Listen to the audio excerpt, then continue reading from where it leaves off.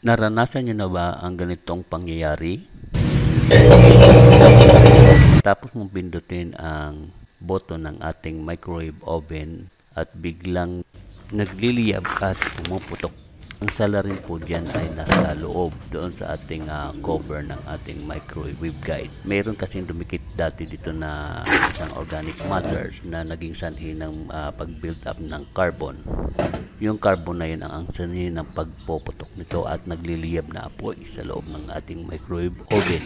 Tinignan ko kagad yung sa ilalim kasi kailangan talagang patayin kagad yung ating microwave oven nang sa ganon ay walang madamay na piyesa sa loob ng ating microwave oven. Titingnan natin yung looban ng ating microwave oven kung merong na-damage na parte ng ating equipment.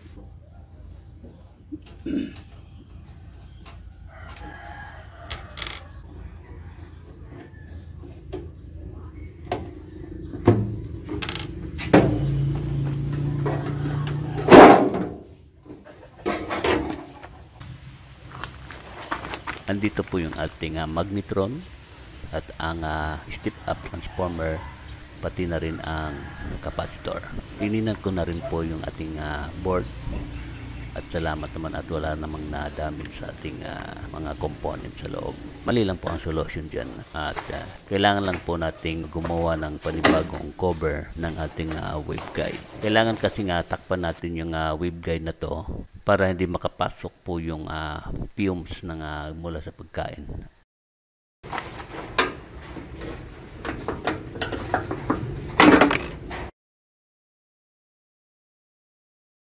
At ito na po yung ating kukopyahin na cover ng ating waveguide, isang mica insulator.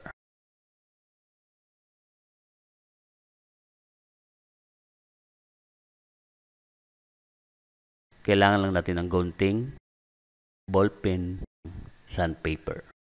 At yung mica insulator, kopyahin lang natin po yung forma ng ating cover ng ating waveguide.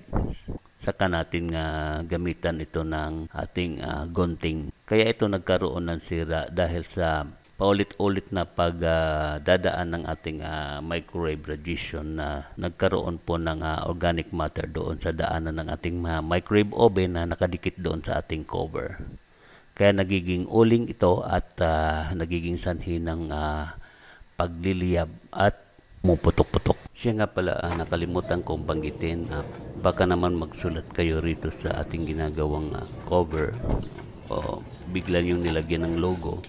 Wag nyo na lang lagyan, baka naman magkaroon pa ng problema na ang ating microwave oven. Hindi ko rin nasubukang maglagay ng petrolyo o yung tinatawag nating gasolina o yung gas.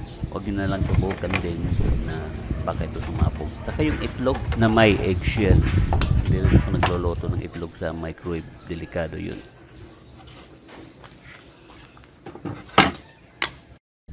Kailangan natin din ng cutter para doon sa ating mahirap tanggalin ng portion ng ating mica insulator. Madali lang kasi itong mabasag. Dahan-dahan lang tayo sa pagcutting ng ating mica insulator gamit ang blade cutter.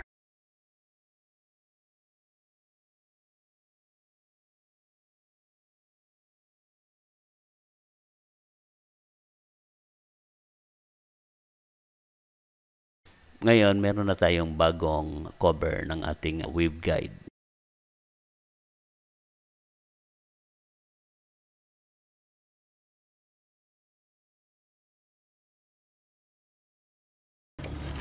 Kailangan, bago natin lagyan ng ating bagong cover, lilinisan muna natin dinaanan ng carbon nang sa ganun na hindi na uulit pa yung pag-ulit ng cover. Tanggalin natin lahat ng dadaanan ng ating waveguide. Ito yung kalaw.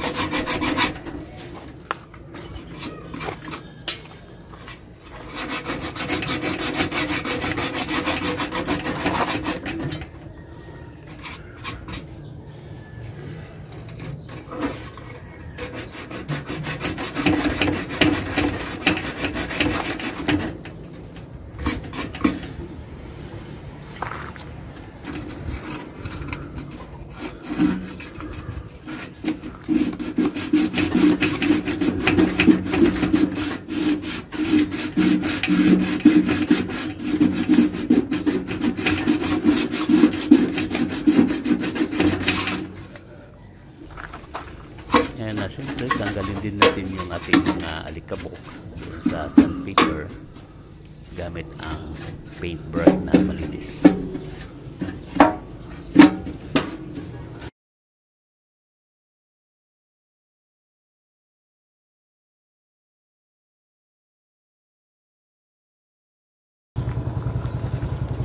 At saka pa lamang natin ilalagay yung cover ng ating waveguide, yung bago nating ginawang mica insulator.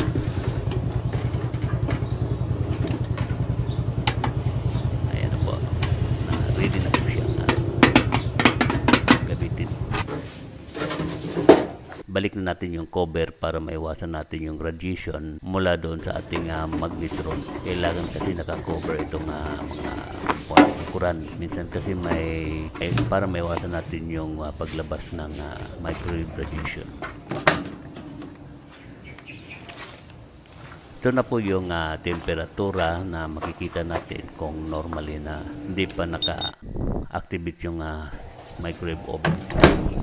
Sinubukan natin i-activate yung microwave oven ng walang laman para makikita ko sa inyo na hindi ito umiinit kung walang laman na pagkain. Kailangan kasi nito na meron siyang organic matter sa loob.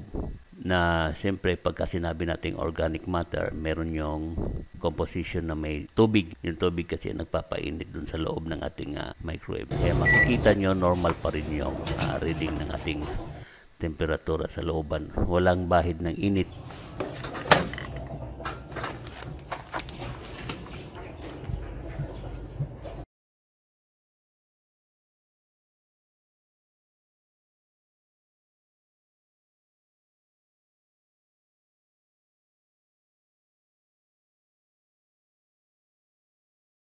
Ngayon naman at lagyan natin ng kapiranggot na tubig sa isang tray. 26 centigrade 26 degrees Celsius lamang po yung reading ng ating tubig. Ngayon, subukan natin sa loob ng 30 segundo. Sasaksak na natin sa kuryente.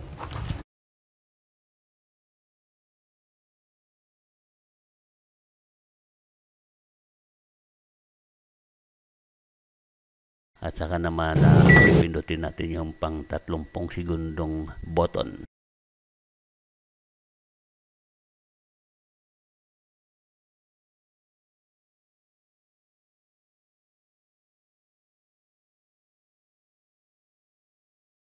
Antayin natin matapos ang 30 segundo.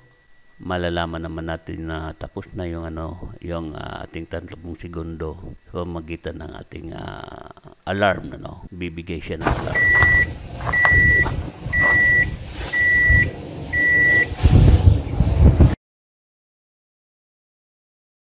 Meron kasing display yan na digital sa taas, pero hindi kasi makita dahil sa liwanag ng araw. Kulay birdie.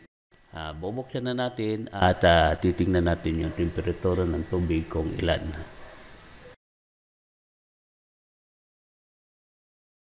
(52 degrees Celsius po. Yan na po yung ating kailangan natin na malaman kung okay na po yung ating microwave oven. Ibig sabihin, pwede na tayong magpainit ng ating pagkain.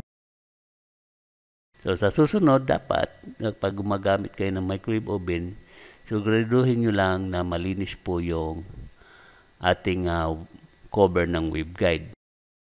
Kailangan wala pong residue or parte ng pagkain na tumilansik doon sa area ng ating nilalabasan ng microwave radiation. Kailangan lang po talaga konting linis po sa ating, or malinis dapat yung ating microwave oven. Panatilihing malinis. Okay na po, pwede na po natin itong i-deliver sa may-ari. Okay na ang ating, pwede na sila magluto, painit ng kanilang pagkain. Hanggang sa muli, salamat sa panonood ng aking video. Pagpalain po tayo ng may kapal at lagi tayong gagabayin sa ating pang-araw-araw na kabuhayan.